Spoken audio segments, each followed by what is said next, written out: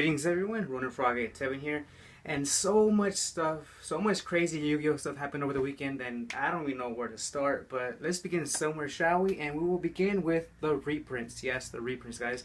Like on Saturday, I'm pretty sure most of you guys' sub boxes were like flooded with all this reprint news, and the Mega 10 guys, the Mega 10 pack, whatever, it has so many good reprints. I'm pretty sure you guys already know. Like some of those notable highlights are, of course, Exciton and number 101. And what's so cool about this is that, you know, the rarity that they're originally printed in is a rarity that they're gonna be in, so which is pretty cool. So like, you know, a secret rare, it'll be a secret rare in the reprint set, which is freaking awesome. And not that I'm complaining or anything, but do you guys feel like it was a little too soon to reprint Exciton Knight and number 101, seeing as how they were barely made available this year to us? I mean, they came out in what, Legacy of the Valiant back in late January, I believe it was. And we're getting a reprint so soon. That's a little fast, don't you think? I'm not complaining. I mean, I don't even have a Exciton Knight. I usually just borrow it from a friend or whatever. But that's awesome news for people who don't have it. And number 101, I'm good on it. You know, as you can see through my videos, my earlier videos, I did a lot of like Legacy of the Valiant pack opening, and I was able to open 3 of them. So yeah, lucky me, right? And so yeah. And I don't. Is Draccosack confirmed for this set, guys? I didn't see if it was or not. Some people were saying it might be confirmed, and some people were saying it's not confirmed yet, or it's not going to be confirmed at all because it's not even in the set. But I feel like if it's not in the set, that it should have been Draccosack instead of Exciton. That it should be reprinted because I think Draccosack is due now for a reprint. And so that's my thoughts on that. And the next bit of news, guys, is the ARG that passed this over this weekend. We saw 4 Burning Abyss X top. That's freaking crazy. A lot of people were like, you know, saying, you know, especially here on Yugioh, they're like, oh, it's just whatever deck. They're not going to be complete until they get their support in the next set, more support in the next set, and it's just a little gimmick deck. And wow, guys, I mean, ARGs are different than YCSs because like I know more pro players and more super hyper competitive players attend the ARGs than they do the YCSs because the YCSs are filled with a little bit more, you know, a little more casual, semi-pro people, whatever.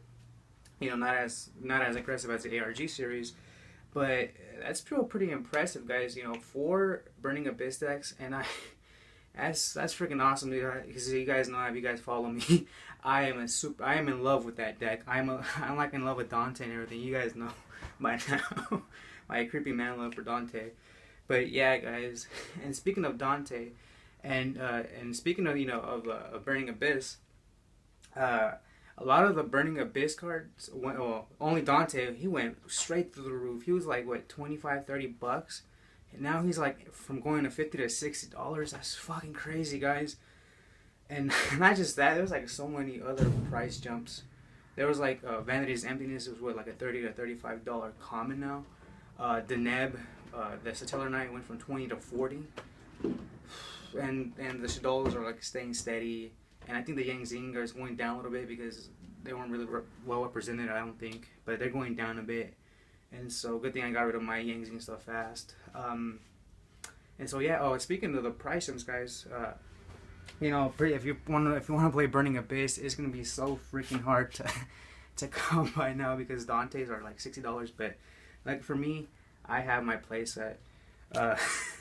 I have my playset of these beautiful bastards right here. I mean, the first one you saw, guys, I pulled out of my box, like my $80 box. Well, I spent the $80 on the box. Pulled like the Neb, and sold like all other stuff for like more than $80. And so basically, he was like a freebie almost. And the second one I spent $25 on. He wanted 30, but I was like, here's 25. You know, he was like, here. I mean, you know, if you want it right now, I mean, I give you cash right now. A lot of people don't want to do that. And he's like, okay, why not? And so, and the last one, guys, I got over this weekend on Saturday before, like, you know, the news about the ARG leaked. Some guy was like, he pulled it out of his packs, and I'm like, hey, cool, you trading it? You selling it? He's like, I want to sell it, you know, I want to make some quick cash. And I was like, so I kind of lowballed him, yeah. Kind of sucks when you do that, but, oh well, it's Yu-Gi-Oh, you know. I was like, hey, $20, because I knew he wasn't gonna take the $20. I just threw that offer out there to kind of gauge of what he was willing to sell it for. So that's why I did that. And he was like, I want 30. I'm like, he's like, he said I want 30. He said I want at least 25 for it. come on, guy, it'll be $20. So I did the older chick in the book. I'm gonna put out the $20. I'm like, I got $20 on me right now, man. You know, uh, you're gonna leave right now anyways. So do you want it?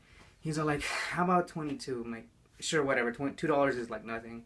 And so yeah, so I was like, yes, I finally have my set of Dantes in case I want to take this deck even further, just in case. You know, this is like before the news of like the top 16 or whatever, or if anyone had ever heard, before anyone at that locals had heard of it. I hadn't heard of it. I didn't hear about it until yesterday, Sunday actually. And so yeah, and so basically I spent like $20 on a $60 card, and I'm so fucking happy, guys. Whew.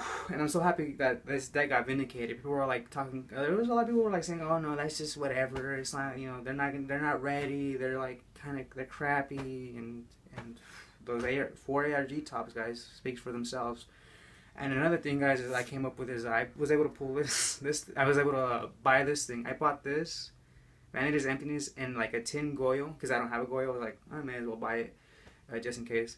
I was able to buy that and the tin Goyo for $15. Yeah, like I was like, what? Yeah, I know. I mean, it's like, I don't know if you can see it. It's like a little play warning here in the corner, but it's still playable, guys. It's not even that noticeable. And he needed the money, and he was like, it's play worn, and you know how a lot of Yu-Gi-Oh players, if it's just a little nick on it, they're super sensitive about it, and like that decreases the price by a lot. And he was offering like for 7 and like a Goyo for like 12 or something. I was like, I'll give you 15 for both. And he was thinking about it. He was like, sure, why not? I was like, sweet, guys. And now it's like 30. Even in this condition, it's like at least $25. I believe. And so, whew, I mean, I am so glad. Like I have this super expensive stuff before it got even more expensive. And even I heard there was like, I know these things are getting more expensive. They're ultimates, but they're not first ed. But whatever. I got those a while back, you know, after Jeff Jones made that the Ghost Shake rum deck, and and I was like, oh, that looks like hella fun, you know. As you can tell, guys, I on this channel I have a couple of rank up Magic decks. You go check them out. But anyways, I was like, cool, this is freaking awesome. And so I picked them up for like $2 a piece. And I have an Ultra one. I picked it up for $1 a while back, and I just held on to them. And good thing I did, guys. And also, I'm glad I pulled this bastard a while back, you know, my Shadow Specters packs, because I heard these are going up to.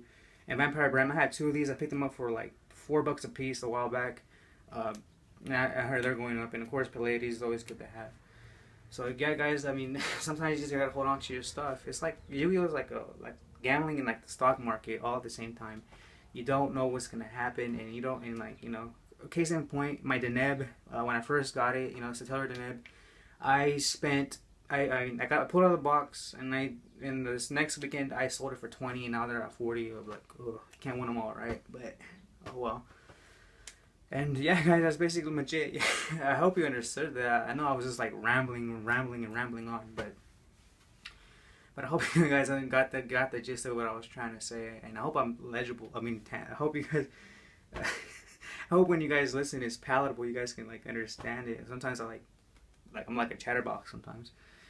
Well, guys, that's it. So yeah, it was a pretty eventful weekend for Yu-Gi-Oh, to say the least. And my God, guys, if you have those cards, fucking awesome. If you got them for cheap, it's a great feeling to, you know, wake up this morning and to find out that, or yesterday afternoon, actually, that's when I found out about it. But anyways, it's just a great feeling to know, hey, you have these cards before, like they're going through the roof, price wise. All right, guys. So I hope you guys enjoyed the video, and if you did, please remember to like, comment, and subscribe. And again, guys, thanks for the 50 subs. I'm increasing, and thanks guys a lot for that. I really appreciate it, and as always, I'm Ron Frog 87. I'm bidding you farewell and hoping you enjoy the rest of your day.